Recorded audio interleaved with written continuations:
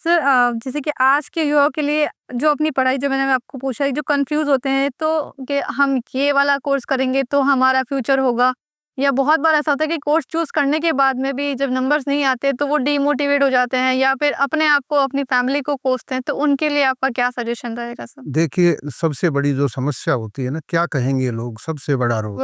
यही कुछ तो कहेंगे लोग, लोगों का काम है कहना। कहना। लोग तो कहेंगे ही, लेकिन मेरा इंटरेस्ट किसमें है? मुझे सेना में जाना है या मुझे टीचर बनना है या मुझे प्राइवेट सेक्टर में जाना है या बिजनेस करना है, ये मुझे तय करना है, दूसरा नहीं करेगा। तो इसलिए माँ-बाप को भी चाहिए कि वो बच्चे का इंटरेस्ट पहचाने। दूसरा, उस पर थोपे नहीं कि जो हम नहीं कर पाए वो आप कर आप लो। करो वही ना। हम नहीं कर सके, लेकिन वो हमारा हिस्से का भी आप ही करो।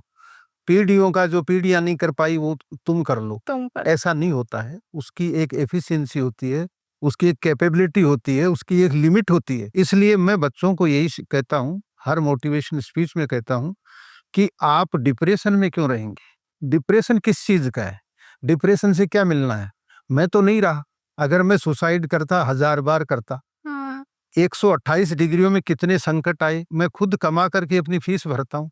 बच्चों को खुद कमा के भरना पड़ता। उनके पेरेंट्स माँ-बाप देते हैं सब कुछ पेरेंट्स वो तो तरफ से करना ही नहीं मिलता है। पड़ता। मैं घर पे पत्नी के साथ काम करता हूँ, बच्चों के साथ काम करता हूँ, माँ-बाप के साथ काम करता हूँ, रिश्तेदारों के साथ पूरा व्यवहार निभाता हूँ, समाज और राष्ट्र की सेवा भी कर रहा हूँ, फिर भी मैं डिप्रेशन में नहीं हूँ। आपको सिर्फ पढ़ना है, पैसा लगाने वाला लगा रहा है, आपको डिप्रेशन किस चीज़ का है? वही तो इसलिए एक तो मोबाइल से थोड़ी दूरी रखिए। दूरी इतनी रखिए कि आप शिक्षा से संबंधित चीज़ों को देखिए। देख सकें। उसके बाद आप कामयाब होने के बाद फिर अपना जीवन जिएँ।